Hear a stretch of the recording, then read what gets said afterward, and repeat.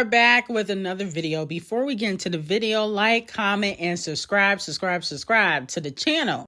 Now, it looks like a lot of fans are speculating that Camel Face might get his lick back at Nicki Minaj because she had, expressed her opinion about Wayne not headlining the last Super Bowl, which was in New Orleans. She was very open about her opinion on that.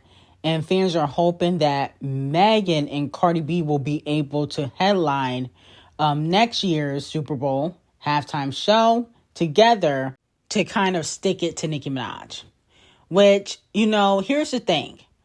I feel as though the halftime show performance may not even go to a black artist or an urban artist, because the last few halftime Super Bowl performances have went to an urban artist. But not only that, I feel as though Megan and Cardi B don't have the catalog or the fan base to perform at the halftime show. And you guys know that. Come on now. We don't even really have to discuss. If Cardi B shelved at Titanic Records, what makes you guys think? Like, come on, let's use our logical thinking skills. What makes you guys think that the Super Bowl and Camel Face give an F about, Cardi B and Megan performing at the halftime Super Bowl show if Cardi B is shelved and Megan don't sell? Okay, come on now, stop.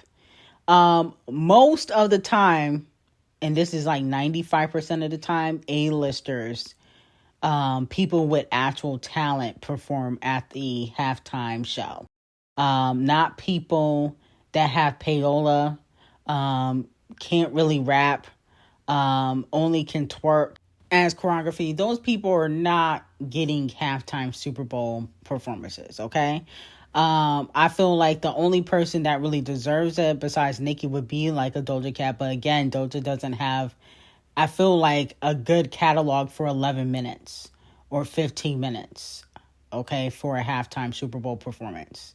So I think him getting his lick back at Nicki Minaj like that would be a chop. And we all saw what happened when Megan performed at, I think it was one of Kamala Harris conventions or, campaign events, and how, they dragged Kamala for that. So she can't even perform for a politician. She definitely can't perform at the Super Bowl. Like, come on now, sit down. Now, moving on to Doja Cat. Doja Cat will be receiving 50,000 lashings. She always has to go off on her fans before she releases music and then get upset when she starts flopping. She went off on a fan from a video that circulated weeks ago of a fan basically giving her a shirt. She said, bottom line, don't manhandle me, don't touch me. Okay, if you don't even effing know me, if you don't effing know my name, okay, don't effing touch me and start kissing me over my face. And I watched the video, and he did not manhandle her. He wasn't disrespectful. He was a fan. Doja Cat is being dramatic. She's not setting boundaries. And I feel like she's going off partially because she got dumped by Joseph Quinn and her music is flopping. Let's be very clear. 50,000 lashes for Doja Cat. Now, moving on to Megan and Renee Rapp. They both worked on the Mean Girls soundtrack together. I think the song flopped, but she is not playing about Megan Thee Stallion. She won't let Megan Thee Stallion's coochie go. And she had a lot to say about Tori getting stabbed and how she is Team Megan for life. Yeah. If anybody tries her when it comes to that sorry-ass man, right, it's do or die fight for me. Right. How do you feel about Tory Lanez getting stabbed 12 times? I feel like a lot of people get stabbed, and like that's okay. Maybe we should be doing it more. Please. Maybe we should be stabbing more. Shiv in the pocket. Now, a lot of people had mixed reactions to this. Some people were saying that, it's kind of sad that a white woman is coming out and sticking up for Megan Thee Stallion, but the black community won't. That's what they were saying under the, neighborhood talk comments and on social media. But then other people are saying, well, you shouldn't wish that on somebody because somebody can wish it on you. That's bad karma. So let me know how y'all feel about it. I just feel like she just gonna ride for Megan because she probably licked Megan's coochie a few times. So she gonna ride it out for Megan Thee Stallion regardless, okay? And another thing is, a lot of people probably are not gonna sympathize with Tori if they're Team Megan, okay? If you don't mess with somebody, you definitely not gonna which good for them or well for them. But I just think it makes it look a little tacky. I think she looks a little bit tacky getting involved with, Megan Thee Stallion's beef with Tori or issue with Tori. Because to be quite honest, I don't see Megan stick up for nobody, ever. Everybody seems to cape for Megan, but when it comes to everybody else, she don't stick up for nobody. She don't cape for nobody but herself. I don't get it. Now, moving on to J-Hope and Gorilla Glue's collaboration that just dropped that nobody's really talking about. In my opinion, I feel like Gorilla Glue, she just don't sound good with Korean artists, okay? Or on pop songs. That's just my opinion on it. I don't think she sounds good with Korean artists or on pop songs. So I think she needs to give it a break. Now, moving on to Queen B and Walmart Beyonce. Allegedly, Walmart Beyonce is gearing up to get out of her contract with Parkwood Entertainment. She wants to buy out her contract with Parkwood Entertainment and completely leave Queen B and Parkwood behind. Now, if you guys remember, was it Holly that unfollowed Parkwood Entertainment? And I think Chloe unfollowed Columbia. And that is because basically they're shelved. Columbia wants Queen B to drop Holly and Walmart Beyonce because they're not making the label no money. But, Queen B feels like she is going to face backlash if she dropped them. Because typically, if you do Walmart Beyonce numbers, I think what her last album did, like 5,000, it didn't even debut on Billboard. If you do Walmart Beyonce numbers, typically your next project won't see the light of day. And that's why she hasn't dropped music since. Okay?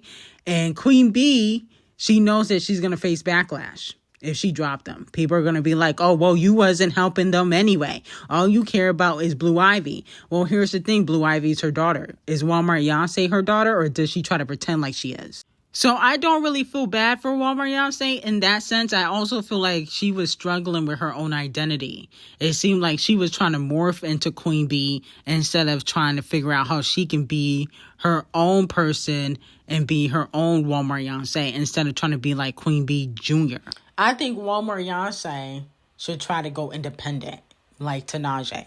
Yes, she may not get the accolades like the people or artists that are not independent, but I feel as though Walmart Beyonce, even if she signed to a different label, she may not sell.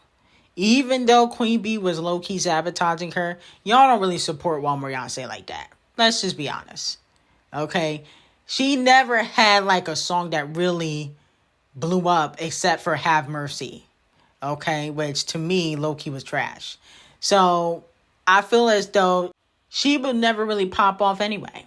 So at the end of the day, I think that her leaving Parkwood Entertainment, going independent, same thing with her sister, baby mama, Holly, it would make logical sense. Now, allegedly, CL0CKS label, CL0CKS not independent. CL0CKS is signed to a label. Her label's not happy with her new music either. Okay, is everybody flopping, especially when it comes to female rappers?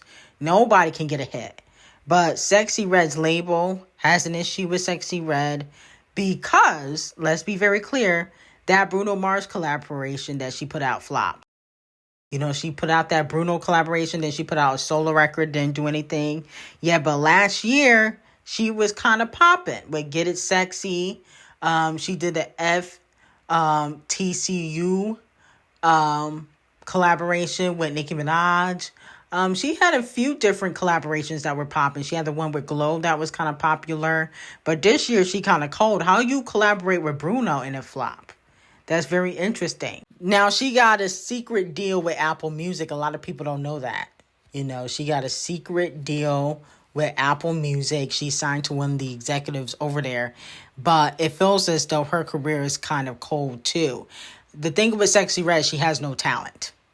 Okay? A lot of female rappers don't. Even Scratch Off, like her bars are ABCD.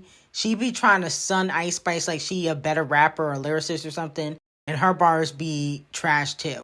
None of female rappers except Nicki, D0JA, are really lyrical like that. Even Doja Cat ABCD bars.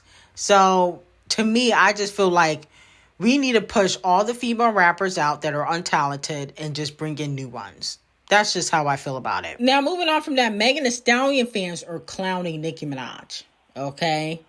As we know, Lil Wayne and Nicki Minaj did the remix for Band No. Okay? And unfortunately, it did only 248,000 in streams on Paolify. A lot of fans are clowning her. And the Megan Thee Stallion fans feel like they have one up on Megan because the Whenever song that dropped and flopped did 366 streams on Paolify within 24 hours. But here's the thing. Megan Thee Stallion promoted the record. It wasn't like it was a surprise drop. Number 2, it had a music video where she was basically naked. It should have done more. Let's be very clear. You know, the Megan Thee Stallion fans, they're so fucking slow, okay? Didn't Megan have playlisting and a music video and it still flopped? Wasn't she half naked looking like a stripper / prostitute in the music video and it still flopped? Didn't she try to use the Tory Lanez drama to sell the record and it still flopped? So y'all can't really compare Nicki and Wayne. Okay, now if Nicki had promoted this and put out music video and did all the extra stuff, then we could have a conversation. But a surprise drop for a song that is not really hers, I don't think so. Okay? Megan Thee Stallion fans get a little bit cocky, but when she drop Act 3 and flop, keep that same energy. When she don't sell 100K first week, keep that same energy. Because one thing I know, if she drop Act 3 and flop, we will get to dragging. Okay? We will get to giving them lashings to Meg the opportunist. Let's be very clear. Now, moving on from that, it looks like since Cardi B threatened Titanic Records, threatened to expose them, let's be very clear, the fans told her she should sue, like Champagne Thickums is doing. Marsha, the vice president of marketing at Titanic Records, says Cardi's highly anticipated sophomore album is the next project on the way that they will be pushing. Okay, so it looks like Titanic Records and Cardi B have made amends. Maybe it was a PR stunt the whole time. But she responded to a fan that said, Marsha, Barty Gang needs Cardi B's second album. And she said, on the way. Okay, so it looks like they have came to some sort of agreement so Cardi B will not sue, okay? And, you know, I think they don't want to be made out to look like they going against their artists like Universal has been made out to be against Champagne Thickums. So they don't need any bad press. Now, moving on to the king of rap, Kung Fu Kenny's GNX has re-entered the top 10 on Canadian Apple Music following his last night's show in Toronto. And then also it was reported that Kung Fu Kenny got a 2-minute standing ovation after he performed Not Like Us in Champagne Thickums' hometown. Okay? Now, here's my thing. I feel like a lot of people be fake. On social media, they be like, oh, we don't like Kendrick Lamar. Oh, he's only popping because he went against Drake. Even though, you know, his last album, Mr. Morale, and basically all of his albums have went number 1 and done over 200,000 first week. I feel as though a lot of them Champagne Thickums fans that y'all see online, they secretly went to the show and they enjoyed it. That's what happened. Ain't no way he's doing a stadium tour selling out back to back, getting a standing ovation in Toronto. Like, that's a slap in the face to Champagne Thickums. Champagne Thickums, like I said before, should never perform in Toronto ever again. If I was him, I would boycott Toronto, never perform there ever again. I don't think he can do a stadium tour anyway. If he could do one, he would have done one. He's going on tour with Party Next Door, not doing stadiums. So he's never going to perform in the same venue as Kendrick Lamar ever. But I think he should never go back to Toronto. I think he should move out, go to Houston. He can't go to California, maybe live in New York. Wait, Kung Fu Kenny lives in New York. Where else he can go? Maybe Las Vegas. But I think he should move out of Toronto because they're very disrespectful over there. Fake. Now, moving on to Lizzo. Lizzo is clearly going through a flop era or crisis because she just won't stop releasing and putting out trash freestyles. Oh man, they just mad cause I got motion like a roller coaster. Now every nigga and his mama got a Lizzo poster. She doing interviews about me, I don't even know her. While all these bitches sitting mad, I'm out here bending over. I'm starting to think Lizzo shelved too. No shade. I notice how now that she flopping, she want to go back to rapping. Okay, because initially in Lizzo's career, when she first popped out, she was considered a rapper. But then she blew up doing pop songs. And now that people don't really care about the Disney Channel pop music that she be making, because a lot of it is, I think it's childish when you about 40. Okay, the type of music Lizzo make is a little bit childish for her big age. No shade. It gives wannabe chart-obsessed racist. The chart-obsessed racist is another one where her music comes off childish, but she's always going to sell more because she's white. But with that being said, now that she's flopping, she want to go to rap. I don't like that. Lizzo, stay in your lane. Continue to make them Disney Channel pop childlike music and call it the day. Don't try to go here over rap because you flop it. To me, it gives inauthentic. Okay?